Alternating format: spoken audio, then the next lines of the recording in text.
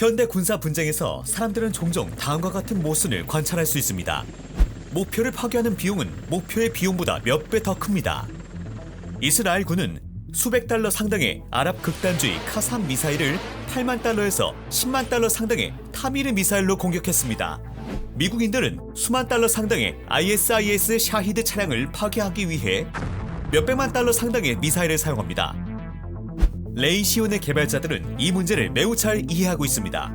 그것이 그들이 최소한의 비용으로 적을 효율적으로 파괴하는 개념을 구체화한 무기를 만든 이유입니다.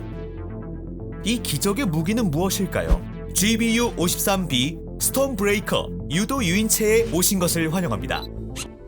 여러분은 더 이상 유도 폭탄에 놀라지 않을 거예요. 이 무기에는 다른 나라의 군비에서 20가지 모델이 있습니다. 미국의 GBU-8, 10, 12, 15, 16, 20, 22 등 GBU-43까지입니다. 러시아제는 KAB-500, KAB-1500, PBK-500U 드릴입니다. 이거 그리고 독일 HS-293, 294, 295입니다.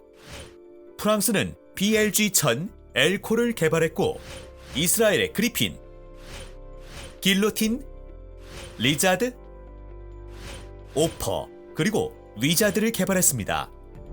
그리고 그 목록은 계속됩니다. 하지만 레이시온 회사는 유도폭탄 GBU-53B 스톰브레이커 2018년까지 20다이미터 폭탄2라는 이름이 사용됨을 만들 수 있었고 이것은 모두를 놀라게 했습니다.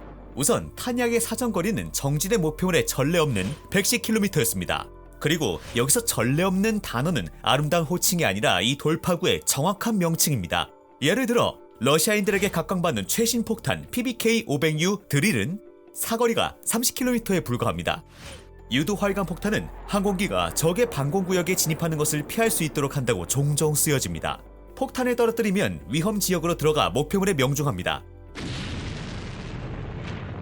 하지만 30km는 매우 짧습니다. 이러한 사정거리는 FIM-92 스팅어 미사일 혼자서 운반 가능한 방공 시스템과 같은 단거리 방공만을 절약할 수 있습니다. 그러나 예를 들어 패트리엇 지대공 미사일 시스템의 구식 MIM-104A 표준 지대공 미사일의 사정거리는 70km였습니다. 그리고 현재 운영되고 있는 MIM-104C PAC-2의 사거리는 이미 160km입니다. 하지만 110km의 사거리는 근본적으로 다른 특징입니다. 예를 들어 유명한 러시아의 대공 미사일 시스템 S-400의 사거리는 400km입니다. 하지만 어느 거리에서 미국의 스텔스기를 탐지할 수 있을까요? 예를 들면 F-35요? 이건 큰 질문입니다. 몇몇 전문가들은 이 수치를 100km 이하라고 부릅니다. 즉 F-35는 패배의 범위에 들어가지 않고도 러시아 방공호에 대항할 수 있습니다. 두 번째로요. 여러분은 아마 눈치채셨을 겁니다. 110km의 사거리는 정지해 있는 목표물에 대한 것이라고 말했습니다. 그렇다면 GBU-53B 폭탄은 이동 표적에도 사용될 수 있다는 말씀인가요? 맞아요. 이 탄약은 최대 70km의 범위에서 움직이는 탱크와 다른 군사 목표물을 타격할 수 있습니다. 그리고 이것을 할 수 있는 세계 최초의 유도 폭탄입니다. 그렇다면 레이시온의 디자이너들은 어떻게 그렇게 인상적인 사양을 달성할 수 있었을까요? 스톰브레이커의 가장 흥미로운 점은 타겟팅 시스템입니다. 첫째, 이 탄약에는 GPS 보정 관성 유도 시스템이 있습니다. 둘째로, 그 폭탄은 반능동 레이저 헤드, 내장 밀리미터 레이더, 그리고 적외선 카메라와 같은 3개의 독립적인 표적 채널을 가진 호밍 헤드를 가지고 있습니다.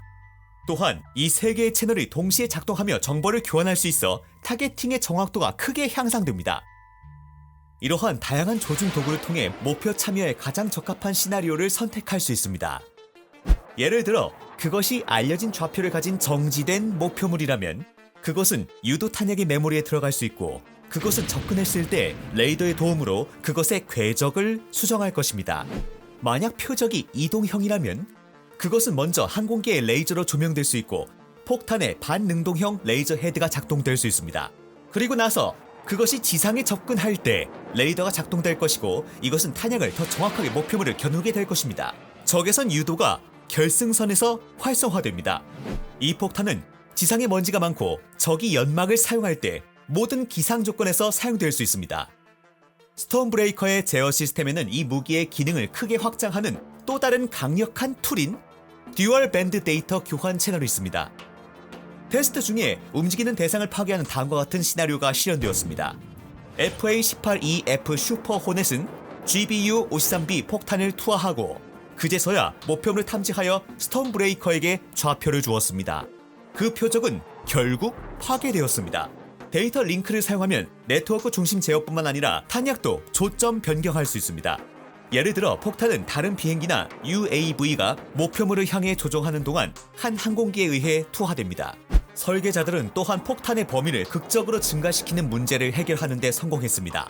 그것은 독특한 로켓 모양을 가지고 있습니다. 즉, 그것의 길이와 지름의 비율의 값은 로켓에 내재되어 있습니다. 길이가 69인치 176cm이고 직경은 6인치 15cm입니다. 전통적인 폭탄은 제가 그렇게 말할 수 있다면 더 크고 따라서 공기 역학도 더 나빠집니다.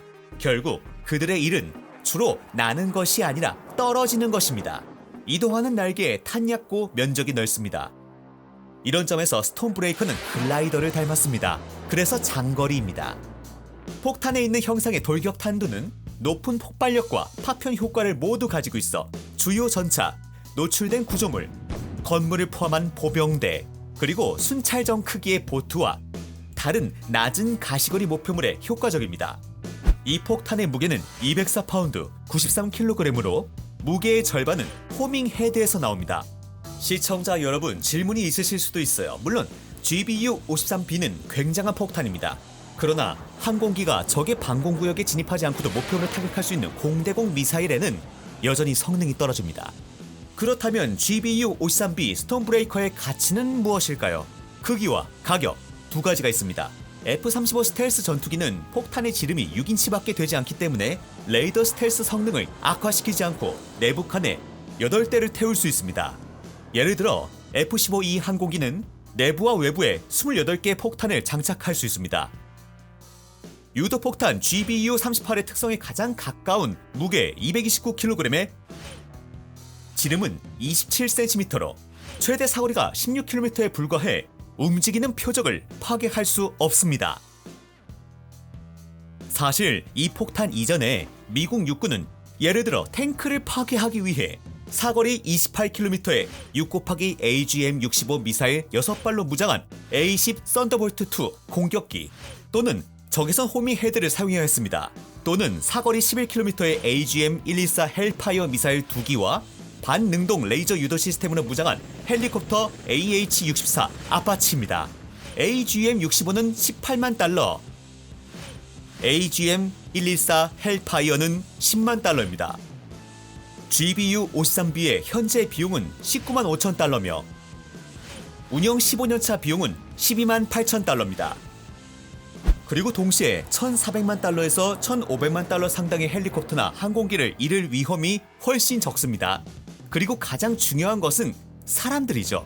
스톰브레이커의 사용은 구식 또는 저기술의 저렴한 무기를 가진 적과의 국지적 충돌에서 특히 정당화되기 때문에 기존의 1달러 목표를 파괴하기 위해 10달러를 지출해야 하는 상황이 발생하지 않습니다. 이것이 바로 국방부가 새 무기에 대해 그토록 큰 기대를 갖는 이유입니다. GBU-35B 스톰브레이커의 개발은 2006년에 시작되었습니다. 2012년 7월 17일 화이트 샌즈 시험장 상공에서 훈련 목표물에 대한 첫 시험 투하가 이루어졌습니다.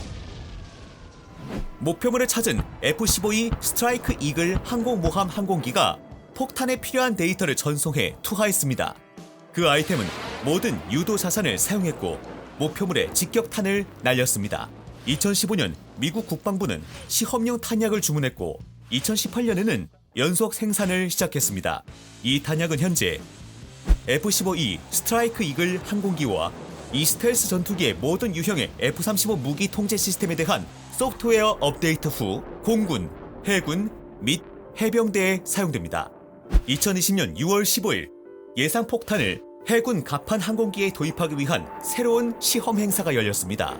이 제품은 FA-18EF 슈퍼 호넷 전투기에서 이름 없는 사거리에 처음 투하된 후 조정 비행과 훈련 목표물을 겨냥했습니다. 현재 계획에 따르면 FA-18EF는 미국 육군에서 두 번째로 발전된 폭탄의 2순위 항공모함이 될 것이며 지금까지 해군에서 유일한 항공모함이 될 것입니다. 현재까지 17,000대 이상의 스톰브레이커가 생산되었습니다. 미국의 동맹국들도 이 유망한 무기에 관심이 있습니다. 2016년 한미 계약 체결이 임박했다는 정보가 나왔습니다. 대한민국 공군은 GBU-53B 폭탄을 사용하여 F-15K 항공기의 타격 능력을 강화하고자 합니다. 호주와의 협상은 2017년에 시작되었습니다. 이 나라는 F-35A 전투기를 무장시키기 위해 3,900개의 폭탄을 구입할 계획입니다. 두 개의 수출 계약 이행은 곧 시작될 것이지만 미군에 대한 인도 시작전에 시작될 수는 없습니다. GBU-53B 스톰브레이커의 등장은 펜타곤이 최소한의 비용으로 승리를 보장하고 싶어 한다는 것을 보여줍니다. 칭찬할 만한 포부입니다. 세계의 최근 세계적인 발전은 미국이 중국과 러시아에 맞서 선두를 유지하기를 원한다면 훨씬 더 신중하게 돈을 계산해야 한다는 것을 암시합니다.